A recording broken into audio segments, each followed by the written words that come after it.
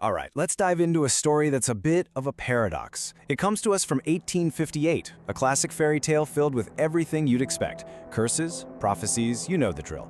But it's the ending, the strange resolution that really gives it its name, the fortunate punishment. So our story begins, as many do, with royalty and romance. He married her.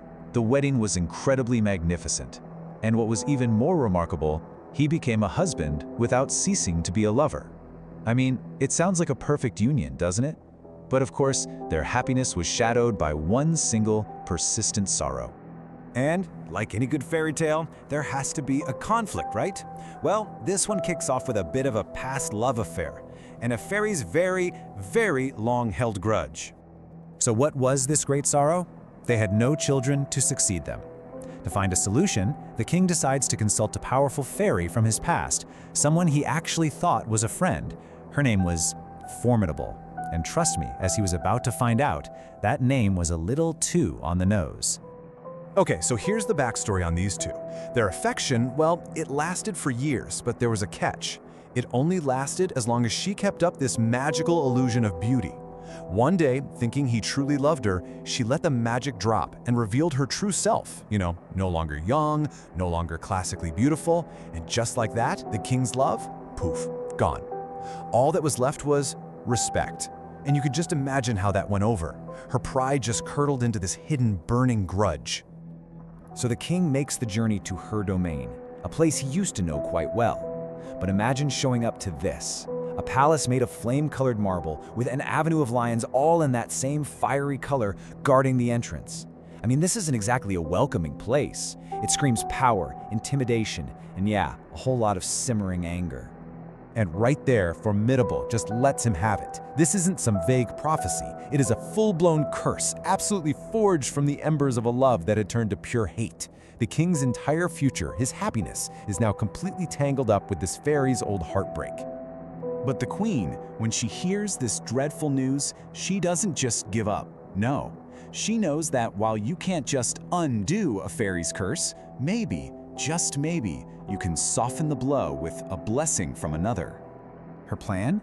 To find a fairy named Luminous, the sovereign of the Happy Empire.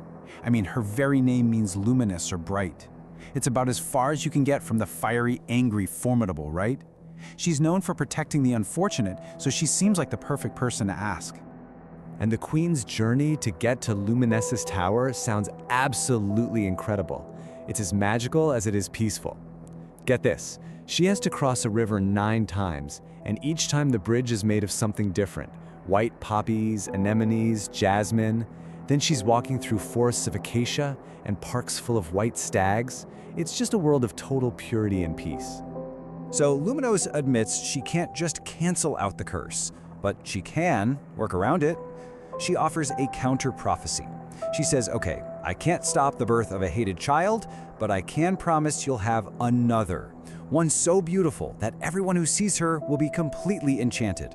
So boom, just like that, we have 2 princesses with 2 completely opposite fates, all decided before they're even born. Talk about setting the stage for some drama. And just as you'd expect, the prophecies start coming true the minute the 2 princesses are born. And their upbringing? Well, it was every bit as strange as their destinies, all taking place in this magical, isolated castle. Just as predicted, the queen gives birth to twins. The first one, Amy, which literally means loved, is stunningly beautiful and everybody adores her from the second she's born. The other, well, she's so instantly overlooked that they just call her Namie. It's this incredibly cruel twist on her sister's name, basically meaning not loved. The prophecies were fulfilled the very moment they took their first breath. So Formidable isn't done yet. She commands that at age 12, the girls have to be sent away to this place called the Castle of Portraits. It's this really magical, strange place where when a royal turns 15, their portrait just appears in a giant gallery. So that's where they are, in this bizarre isolation, just waiting for their 15th birthday, with their entire fates hanging in the balance. When their 15th birthday finally arrives, sure enough, 2 portraits appear. And beneath Amy's is this poem, basically saying her beauty is so incredible that even Venus, the goddess of love herself, would have to admit defeat. It's the ultimate confirmation of her status as the beloved, blessed princess. But then you get to Naimi's inscription, and it's just brutal.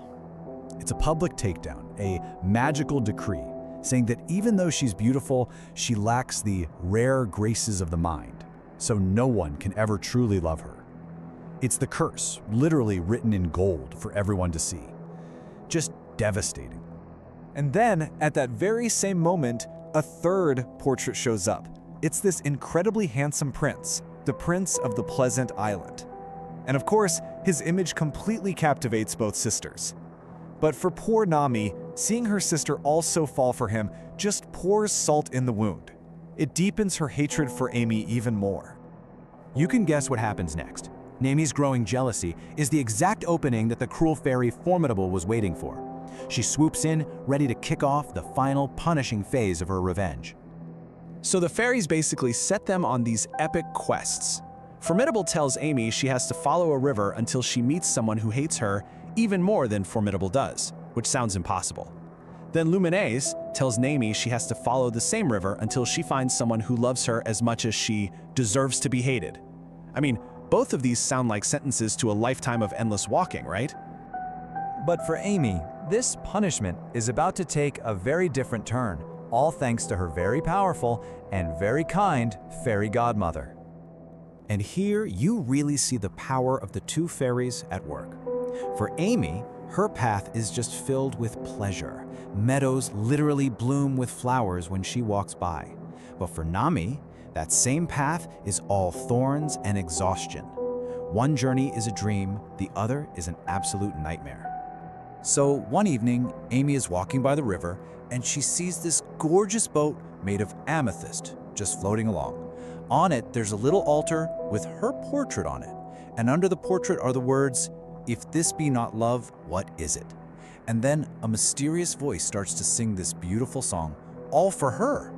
When the song is over, the stranger turns, and you guessed it, it's him, the prince from the portrait. Turns out he fell in love with her image too, and the good fairy Luminos guided him right to her. So her supposed punishment has just turned into a romantic road trip. So now, the two lovers just continue their journey together, floating down the river. They have no idea they're heading straight for the place where both of these powerful prophecies are about to collide in a really dramatic way. And this is where it all comes together. At the exact same time, both sisters arrive at the Pleasant Island. For Amy, her journey is over. The curse is lifted, because in her own sister, she's finally met the one person who hates her more than Formidable ever did. But for Nami, her journey ends in absolute horror. She learns that the prince she loves is going to marry Amy, and in total despair, she throws herself into the river. And right there, she's transformed into some strange animal, her terrible fate sealed forever. And, the story doesn't end with a simple moral. Instead, the author leaves us with this weirdly cynical little poem. It basically says that as soon as you get married, the poetry and the muses go silent. It's like the fate of both authors and husbands is to run out of romantic things to say once the deal is sealed. It's a surprisingly sharp, almost modern feeling to end on, isn't it? It really makes you question what happily ever after even means. And that is the very strange tale of the fortunate punishment.